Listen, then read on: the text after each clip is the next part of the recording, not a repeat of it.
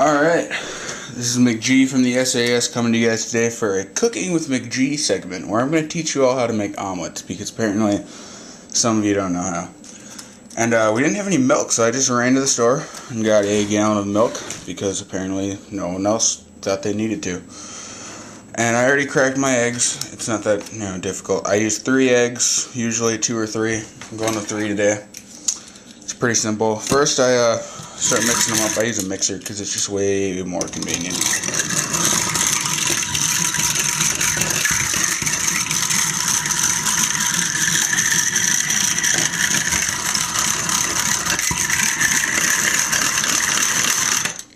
Once you start getting them nice and mixed, you don't want to go too fast because otherwise they get all like whipped and not good. I hate those things on milk jugs. Then I always add a little splash of milk. Just makes the eggs fluffy.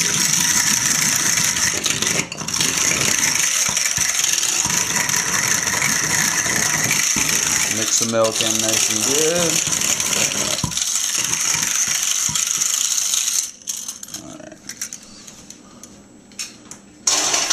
Alright, get a close up here. That is about what you're looking to get. Nice and mixed together. Just looks delicious. I could drink it now. Look at those bubbles.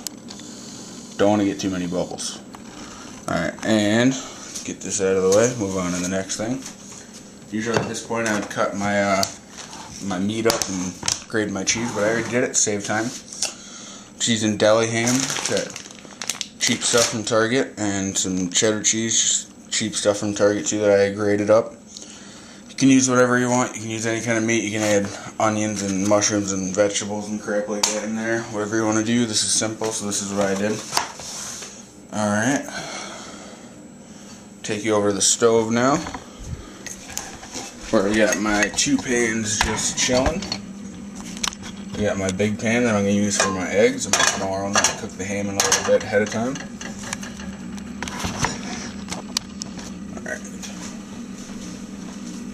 Put the eggs in first, because you want to, when you do an omelet, you want to cook them on really low and just let them cook a little bit at a time. And oh, there's the butter. You got to use some butter. I just use more than is necessary, just because that way you know you got your pan all lubed up.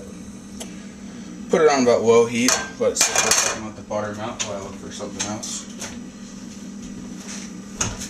You usually want to be more prepared than I am, because otherwise, it's, the #1 cause of death of omelets in the U.S. when you're unprepared while making them. As you can see, butter is melting. Once the butter starts to melt, I turn the other pan on.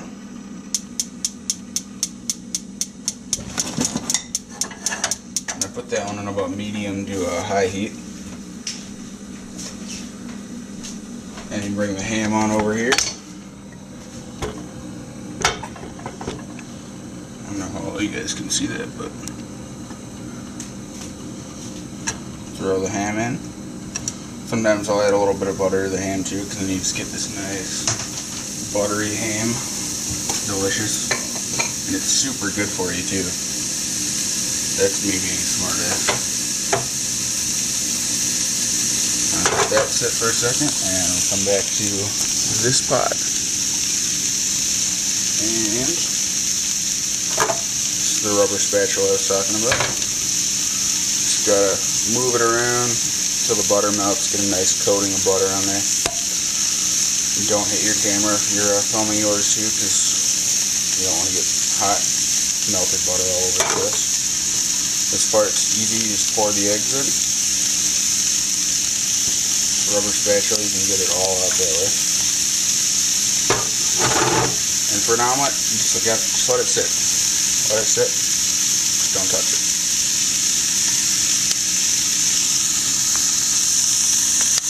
And as you can see, I got a little bit of cheese in there, but whatever, it'll burn up in there. I don't give a crap though. Use anything, you just want to kind of turn it around, mix it all up.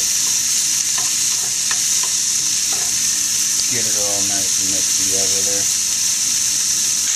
Come back over to the eggs. as you can see, they're starting to form a little bit of egg on the bottom there. At that point, that's when I add just a little bit on the inside, a little salt and pepper. Doing the pepper right now, obviously. Whoop. A little salt, it makes the egg taste better. Stirring up the ham. You just want to get a nice bottom coat where it's cooked, nice and slow.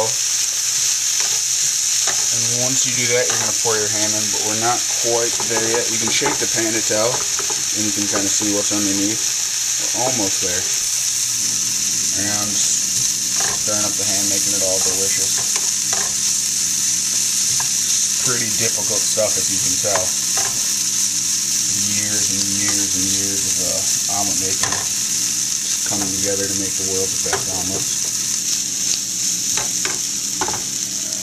So almost there. Still trying to get this side cooked a little bit more.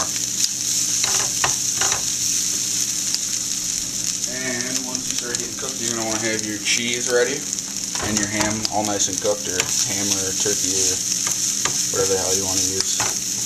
Like I said, it really doesn't matter. It's the point of an omelet. It's like a sandwich. You can put whatever the hell you want in it.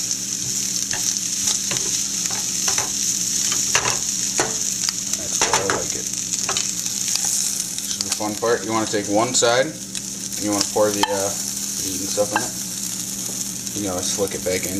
Usually do the more cooked side if one side's more cooked. And just kind of spread it all around in there. You want to put it a little bit less than halfway across, because that way you can get a nice fold over the top.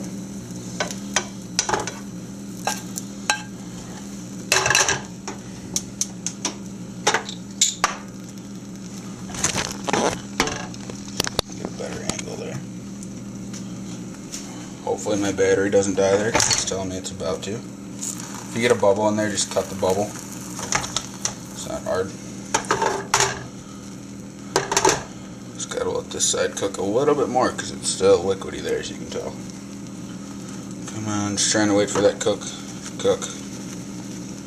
Shake it around a little bit. Make it look like you know what you're doing. People are like, oh, what's he doing? He's shaking the eggs. What's he doing? I don't know. Nothing. Just trying to make it look professional. And at this point, once it's almost completely cooked, I like to add a cheese a little bit on top of the eggs. Or eggs on top of the meat and ham and stuff like that. The cheese is the glue. And the reason you put the ham down or the meat down first when it's still a little bit uncooked is so it kind of just gets it nice and locked in there. Then you put some cheese on top and let it start to melt. And now that you got this side pretty much completely cooked, I'm going to let it go a little bit longer. I can start to add cheese to it. You got to put glue on both sides. You're gluing two things together, you got to get nice and glued up. And it's cheese, so while it may be glue, it's also delicious. And that's what counts. Bam! Now this part can be tricky. And this is the part where you don't want to end up with scrambled eggs. Another utensil here. Helps if you have two. And it worked out okay. I got a little bit of a tear there, but that's okay. Alright. Then I do this, get a nice little bit of coating of grease on the bottom there. Sprinkle a little cheese on top because it's cheese and it's delicious, as we previously went over. Bam! Makes it look like a nice little happy face. Now we're going for the dismount. This part can be difficult. I'm going to turn the stove off and put it right where you guys can see it. Ow. I don't like to go this way because then you got like this big lip and you got to bend the omelet like this. Oh, can you guys see that? I prefer to try and go off the side, kind of at a bit of an angle. And look at that. Beautiful!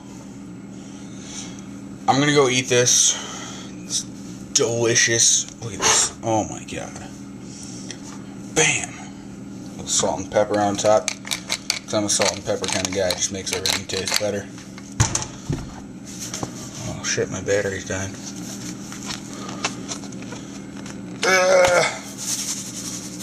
salt and pepper. You're good to go. I like ketchup on it. You can put hot sauce on it. I might do that too. Whatever you want. It's an omelet, and it's delicious. And now you know how to make one.